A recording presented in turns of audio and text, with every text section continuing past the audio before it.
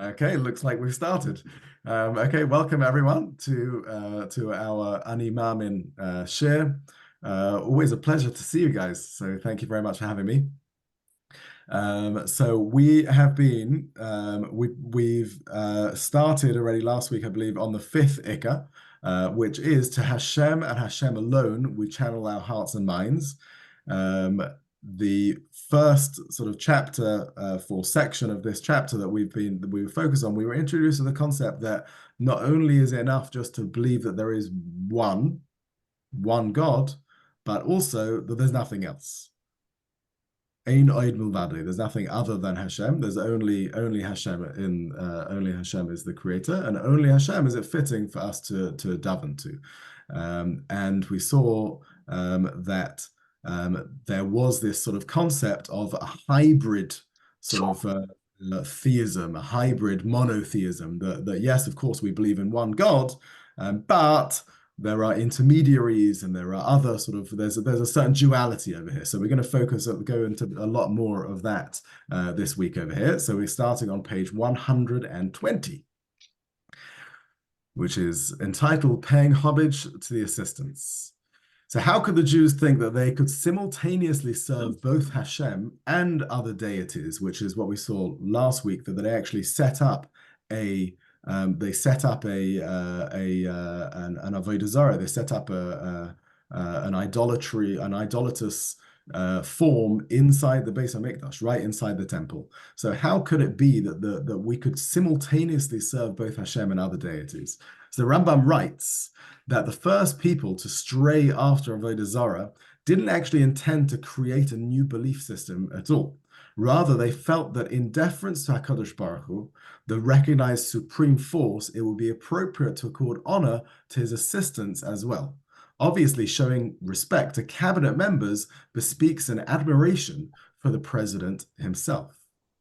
Now, going back to an experience that I had many years ago, I went traveling around Indonesia. It was actually at the behest of Rabbi Sandler, if anyone knows, Rabbi Yit Sandler in Edgware. I was looking for a good spot to go traveling, and he said you should go to Indonesia. I said, what's in Indonesia? He said there's rice paddies, there's all different cultures, there's avodah zarah. So I followed Rabbi Sandler's lead, and I went and saw lots of avodah zarah, lots of idolatry. But I had a very interesting conversation with someone that a lady over there who I caught in the middle of the act of bowing down to her, her getchka, her idol. And she had her offerings and her incense and the biscuits and flowers and whatever else she had over there. And I said, excuse, I hope you don't mind me asking, what are you doing? And she said, I'm just giving an offering to my gods. I said, oh, like, who are you? What is this? Like, what is it going to? She said, no, it's going to the god of the rice because I want the rice to, grow nicely. She had a beautiful rice paddy. I actually stayed in their hostel, in their villa, more like a villa. And I said, oh, really interesting. And where does the god of the rice get its power from? Ah, the god of the rice gets its power from the god of the sun and the god of the wind. And I said, oh, interesting. Where do they get their power from? They get their power from the god of creation. There's a certain name in Hinduism, it begins with V. We're not allowed to mention the name, but that's the god of creation. I said, oh, interesting. And where does that god go? He said, oh, he gets his power from the Almighty. I'm like, oh, hold on a second. But you're supposed to be what? Like what? So you do have one God? Like there is an Almighty? There is a but really, ultimately, that comes back to over here as the Ramcha as we're pointing out over here, as the Rambam mentions that initially the first step of avodah zarah was first saying we show our respect to cabinet members, and that bespeaks an admiration for the president himself. But the first step was inherently flawed. These perceived assistants are merely tools that Hashem uses and warrant no recognition in their own right. Nature boasts awesome beauty and brilliance, and when marveling at these manifestations of the divine, we are meant to praise the creator, not pay tribute to the creations themselves. and this is a beautiful analogy, a very accurate analogy over here, when a chess master pulls off a stunning checkmate, the winning move may technically be executed via a castle, rook, a knight, a queen, but the praise is reserved not for the gambit, not for that move, but for the person who orchestrated the victory, not for the piece itself. This venture into the dangerous territory of honoring Hashem's assistance continued to evolve, morphing from a problematic approach into full-fledged Avodah Zarah. The intermediaries came to be viewed as holding some of the cards in their own hands, as if they maintained some element of control. And with that, the door was open to beseeching, serving, and attempting to win favor with these forces, as our Indonesian lady pointed out, that yes, of course, it all comes back to one Almighty, but we can delve into this and we can get over there and we can direct our tefillahs, our prayers elsewhere. Still, the masses viewed these forces not as independent elements, but as powerful delegates of HaKadosh Baruch Hu, whose worship was therefore somehow compatible with Avodas Hashem. Understandably, this approach was fatally flawed long before it reached the full-fledged Avodah Zarah stage, as Hashem has never relinquished any control to any other entity. He maintains full command and even the most minute occurrences at all times and in every place. Furthermore, he specifically tells us that we need no go-between and that he is not at all distant from us. We have direct, unfettered, guaranteed access to him anytime we want. He is right here listening to anything we want to discuss with him. And that word discuss is so beautiful. It's a conversation, you know. They speak about the great sort of Torah leaders and tzaddikim and masters of the sort of way they davened. It was like speaking to a friend. You know, that's a conversation. That's a conversation. Sometimes we feel that Hashem is very, very high up, as he will point out soon, which creates this distance. But really, Hashem is right here. The question then arises, even if these hybrid worshippers truly believed in some convoluted form of duality, why did they keep turning to the various forms of Avodah Zarah instead of praying directly to HaKadosh Baruch Hu? To answer this question, we must understand that idol worship was perceived as a way to achieve results on some level. The world operates in accordance with certain natural and supernatural forces, powers that Hashem himself vested in the universe, in much the same way as the forces of gravity or magnetism operate. Whether it was indeed possible, as in there's a system that Hashem created the world with a certain system, and those sort of laws that we speak of, the laws of gravity, the laws of magnetism, the laws of protons and neutrons and electrons, that's the system that Hashem created. And it looks as if that system just works and it carries on by itself, but really, ultimately, that system is only in operation because of Hashem. Whether it was indeed possible to harness metaphysical forces, or whether this was simply an accepted misperception, meaning whether serving Avodah Zarah accomplished something or it didn't actually accomplish anything at all, the prevalent and at sometimes dominant belief was that desired outcomes could be achieved by appealing to these forces instead of turning to HaKadosh Baruch Hu directly. The reason people opted to go for Avodah Zarah route now begins to seem less confounding. A person contracts a devastating illness. In his chas v'shalom, in his mind, there are two choices of how to proceed. Either he can turn to HaKadosh Baruch Hu, or he can appeal to his local Avodah Zarah. If he turns to HaKadosh Baruch Hu, he might get a rather discomforting response. After all, HaKadosh Baruch Hu would never cause one of his children pain needlessly, so the illness might be a wake-up call to do teshuvah and make difficult corrections to one's life. It might be a challenge for the person, forcing him to rise to the occasion by finding and developing strengths that lay dormant within him. In short, resolving the issue will often require serious work. The other choice will be to seek immediate relief by turning to Avodah Zarah, problem solving with no introspection necessary. This was the catalyst for adopting a conflated belief system. People's belief in HaKadosh Baruch Hu was marred by their inability to face the message behind their difficulties. And instead of stopping to consider the root causes, they sought quick fix solutions to these problems. Avodah Zarah then was the outgrowth of the drive for gratification, unaccompanied by the willingness to stand up to challenges and grow from them. And this, I think, is a really, really powerful. It sounds so relatable. It sounds so real. We all want the quick fix, and especially when things are tough and we go through challenges, we go through difficult times, we want to be on the other side of it. And if there is some way that we can, get to the other side of it, like let me have it. Let me just take that secret medicine. Years ago, when we were living in Eretz Israel, we had a health scare in the family. And we went to one of the Gedolim, as one of the great rabbis. We went to Reb Chaim Kanievsky at the time, who was alive at the time, one of the great rabbis of the generation, and went for a bracha and went for sort of to see his advice on something that for us to do, something for us to take on. And we queued up, and I went in, and um, he said his response was Sheyit Palalu, should daven. Okay. And he said, Bua, he said, bracha v'hatzlacha, he gave us a bracha, and we sort of went off. Anyway, I was walking off with my friend who took me in there, a close friend of mine, David Hershkovitz. And he says, as we're walking down the stairs, he says, you don't seem so satisfied. Were you looking for something else? And I said, yeah, I don't know if I was looking for something sort of specific to say or do, or, a mitzvah to take on or something. And he said, do you want to go back? Do you want to try again?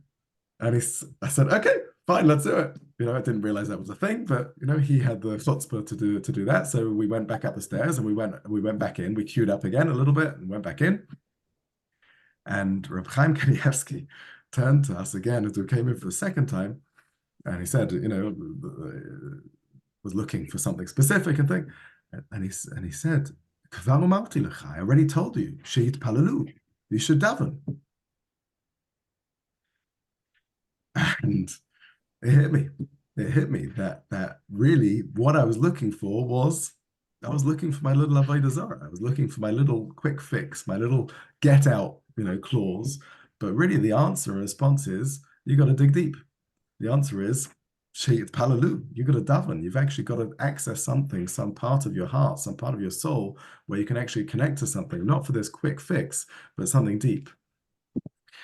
In some instances, such as in the tragedy that was the Egel HaZahav, the golden calf, there was an additional motivation. Recognizing that Kadosh Baruch Hu is so exalted and lofty, people viewed him as remote. Okay, and this is this distance I mentioned earlier, and deemed it necessary to establish some sort of intermediary to bridge the gap.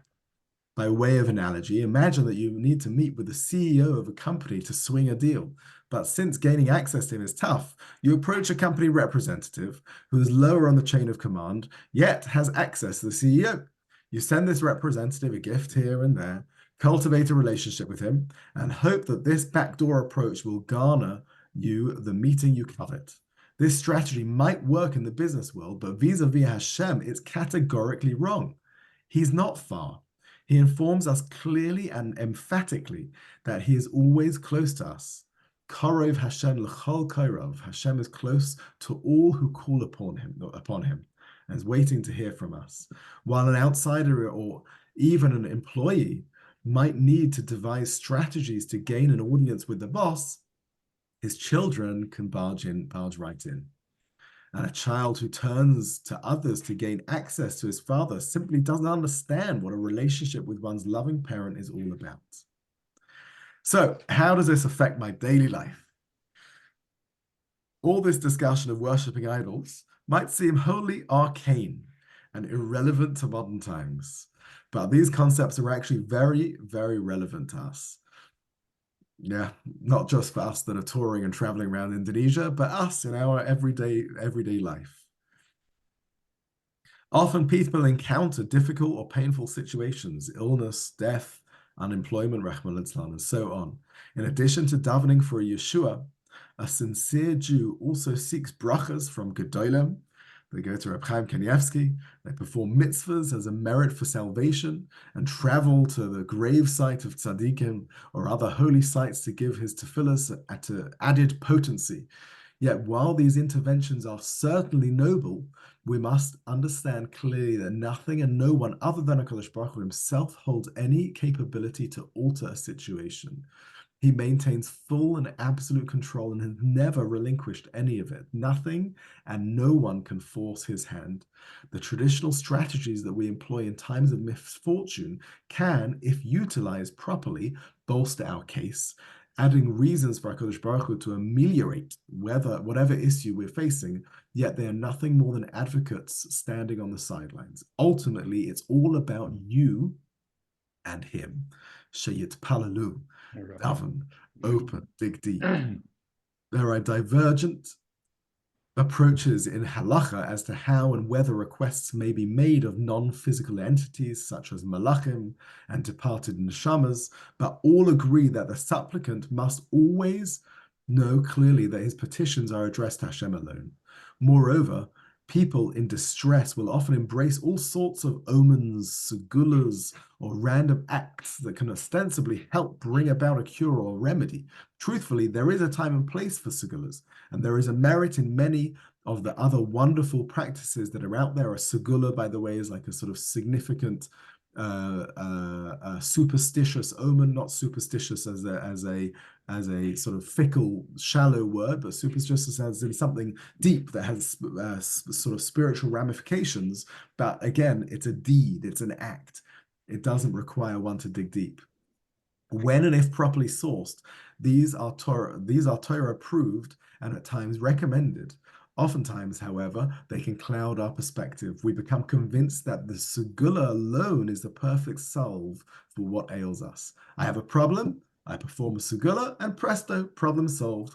Such an approach is indicative of a basic error in reasoning. We are hyper-focused on the problem and the practical methods of ameliorating the issue. How do I get rid of the sickness? How do I find the job? How do I solve the shidduch crisis? But these are symptoms. These are symptomatic of a bigger problem. Stop. Are you seeing the bigger picture? There's a root cause behind every problem. The problem is HaKadosh Baruch Hu's means of calling out to you. He loves you tremendously beyond any human concept of love. And he is sending challenges your way. If he's sending challenges your way, it can only be for your own good. Is it a call to teshuva? Is it a call to growth? Sometimes it's tough to tell. But the first step is realizing that the difficulty has a tailor-made purpose. One thing is certain, HaKadosh Baruch Hu cares for us to a degree we cannot begin to comprehend. And he most definitely did not cause us pain in order to inspire us to wear a red string or march around a kever. We think about, a microcosm of the love is always the analogy that we use. Avinu, right, is our father, Hashem, our father. The love for a parent to a child, they don't want to cause the child the pain when they're punishing them, right? It's for your own good. I love you, and this is just how you're behaving is not befitting that, and you're so precious, and it's because I love you that I want you to grow. Okay, we're clouded sometimes by if anger or something, frustration. We've got our challenges, we've got our negativity, but really ultimately it's coming from a place of love. Everything that we do for a spouse or for a child. But as a microcosm of the love for Hashem, it doesn't have that clouded vision and there's no anger with Hashem, right? It's just coming from a pure place of love. Yes, segulas and brachas have their place when deemed proper. They fall under the heading of hishtadlus, effort, and then the efforts we may or must invest in our quest to deal with challenges. If we align our efforts with the Torah's guidance, that will certainly serve to improve our situation. But these forms of hishtadlus are peripheral, not a replacement for focusing on what Hashem is trying to tell us. Digging deep. Motrin. I don't know. I've got whatever I've got this week that's going around. I could do with a bit of Motrin. I don't know what that is. It must be an American thing. Paracetamol or ibuprofen or whatever it is, may provide pain relief, but it won't perform the root canal that will put an end to the pain and save the tooth. You're allowed to seek relief, but think big. think deeper. Think about why you might have been put in this situation and how you can use it to grow. Don't focus on the problem, focus on the one who sent it. Talk to him, listen to him, grow. Beautiful. This is a real, that final call, that word grow. Like ultimately, that's what it is. We're created, we're brought into this world not to, be small and just be as we are when we're born into this world, but in the same way that we grow physically, through our life, we're also encouraged and expected to grow spiritually and grow emotionally and grow psychologically and grow in sort of all areas of our life, but grow and deepen our appreciation, understanding, and connection and relationship with Hashem. Okay, thank you very much, everyone. Wishing you all a beautiful